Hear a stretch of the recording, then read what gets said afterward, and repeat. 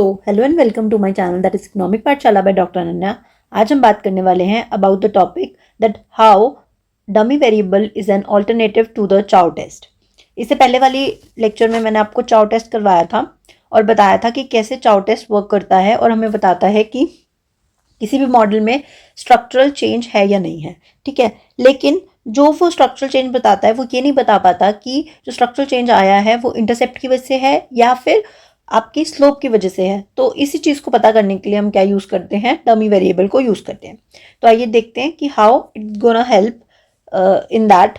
तो देखिए 4 kinds of regression होते हैं, पहले आपको ये पता होना चाहिए, उसके बेसिस उसके बाद ही मैं आपको बता पाऊंगी कि डमी वेरिएबल कैसे काम करता है as an alternative to Chow test. सबसे पहला क्या है, कोइंसिडेंट रिग्रेशन। तो नाम से ही समझ में आ रहा है कोइंसिडेंट है, जो बिल्कुल एक दूसरे के साथ है, ठीक है, चिपके हुए हैं। आपने मैथ्स में टर्म सुना होगा कोइंसिडेंट, ठीक है। तो इसमें आप ध्यान से देखेंगे इस फिगर में एक्सेस और वाई एक्सेस को, तो यहाँ पर जो फर्स्ट लाइन है और जो सेकंड लाइन है वो बिल्कुल एक दूसरे को ओवरलैप कर रही हैं, ठीक है। इसका मतलब क्या हुआ, इसका मतलब ये हुआ कि इनकी स्लोप भी सेम है और इनका जो इंटरसेप्ट टर्म है वो भी सेम है। तो स्लोप देखो, ऑब्वियसली जब सेम ही लाइन है, एक के ऊपर एक ही आ रही है, तो ऑब्वियसली उनकी स्लोप भी सेम होगी और इधर से इंटरसेप्ट टर्म भी सेम होगा। तो पहला मॉडल है से y T equals to beta one plus beta two x T plus u one t, और second term is gamma t equals to gamma one plus gamma two x T plus u two t, ठीक है। तो अगर ये दोनों models के बराबर हैं, ये इंटरसेप्ट टर्म हो गया ना, तो इसलिए लिखा है beta one equals to gamma one है और beta two equals to gamma two है, यानी कि उसकी स्लोप दोनों अगर सेम है तो इसका मतलब क्या हुआ, that the regression is coincident regression. Next is parallel. नाम से समझ में आ रहा है पैरेलल होती हैं, यानी दो लाइंस आपस में पैरेलल हैं। अब यहां से आपको दिख रहा है कि इनका स्लोप तो सेम है, यानी कि दोनों जो इंक्लाइंड है वो एक जैसे इंक्लाइंड है, लेकिन इनका इंटरसेप्ट टर्म जो है, देखो इसका इंटरसेप्ट टर्म है बीटा वन और इसका है गामा वन। तो इसका मतलब जब आपका इंटरसेप्ट टर्म तो डिफरेंट हो लेकिन स्लोप सेम हो, तो ऐसे वाले को हम बोलते हैं पैरेलल रिग्रेशन, यानी कि जो भी स्ट्रक्चरल चेंज आ रहा है वो इंटरसेप्ट की वजह से है। तीसरा है कॉन्करेंट रिग्रेशन, जहां पर आपका इंटरसेप्ट तो सेम होता है लेकिन स्लोप डिफरेंट होती है। तो देखो दोनों का ओरिजिन एक ही पॉइंट से हो रहा है, लेकिन उनकी जो स्लोप है यहाँ पर और यहाँ पर, ये फ्लैटर है और ये स्टीपर है। स्टीपर है मतलब ज्यादा स्लोप है और फ्लैटर है तो कम स्लोप है, राइट। और ये देखिए यहाँ और यहाँ पर स्लोप कम है और वहां ज्यादा है, तो इसलिए ऐसा रिग्रेशन मॉडल जिसमें आपका beta one equals to gamma one, यानी आपका इंटरसेप्ट सेम है लेकिन स्लोप डिफरेंट है, तो उसको हम बोलते हैं concurrent regression. And last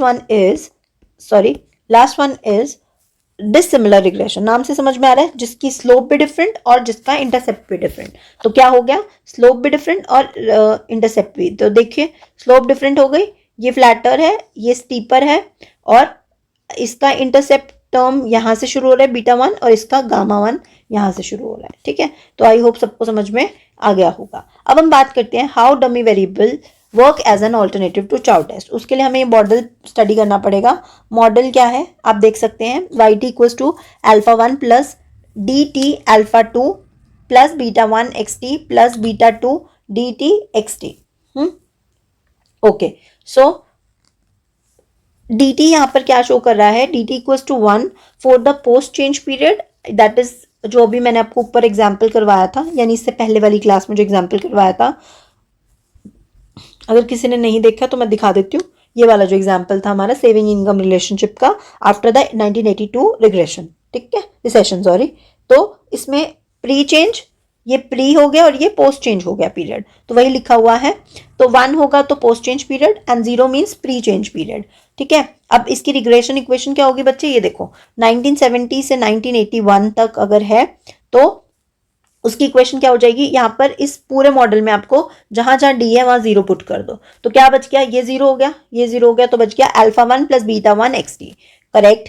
then second is regression equation for 1982 से 1995।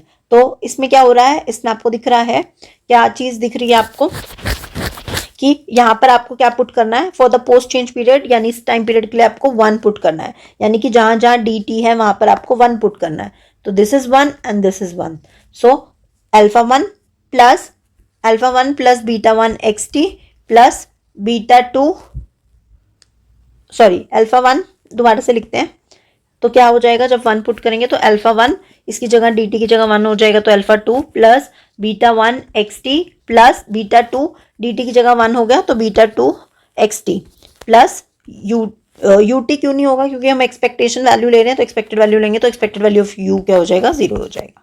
ठीक है ओके। तो अब आप अगर इसको ध्यान से देखो इतने पोर्शन को तो यहाँ पर हमारे पास क्या हो गया अल्फा 1 प्लस अल्फा 2 ये एक सिमिलर ब्रैकेट हो गया और बीटा 1 प्लस बीटा 2 यहाँ पे हमने क्या किया एक्स टी को कॉमन ले लिया तो अगर एक्स टी को कॉमन लिया तो बीटा 1 और बीटा 2 तो बीटा 1 प्लस बीटा 2 दोनों क्या हो गए इकट्ठे होकर यहाँ पर एक्स टी आ गया।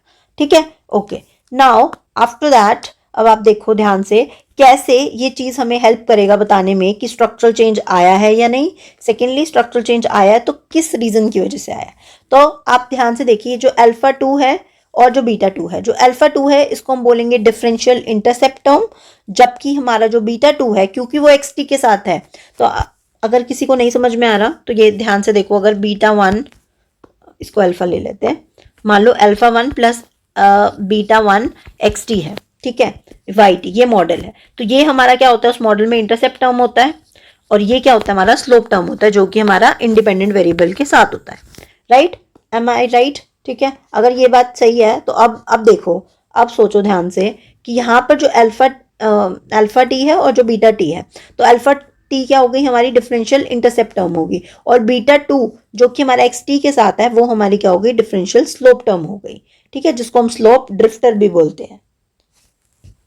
ठीक है ओके। तो अल्फा 2 एक डिफरेंशियल इंटरसेप्ट टर्म है अगर ये सिग्निफिकेंट होता है स्टैटिस्टिकली सिग्निफिकेंट होती है इसका मतलब जो इंटरसेप्ट है वो 2 टाइम पीरियड के लिए डिफरेंट है। स्टैटिस्टिकली सिग्निफिकेंट का मतलब समझते हो ना कि दोनों के बीच में मतलब ये जो है जो अल्फा 2 है वो 2 टाइम पीरियड्स के बीच में क्या है वो डिफरेंट है। अगर वो इनसिग्निफिकेंट होती है यानी कि इंटरसेप्ट टर्म दोनों उसमें आइडेंटिकल है।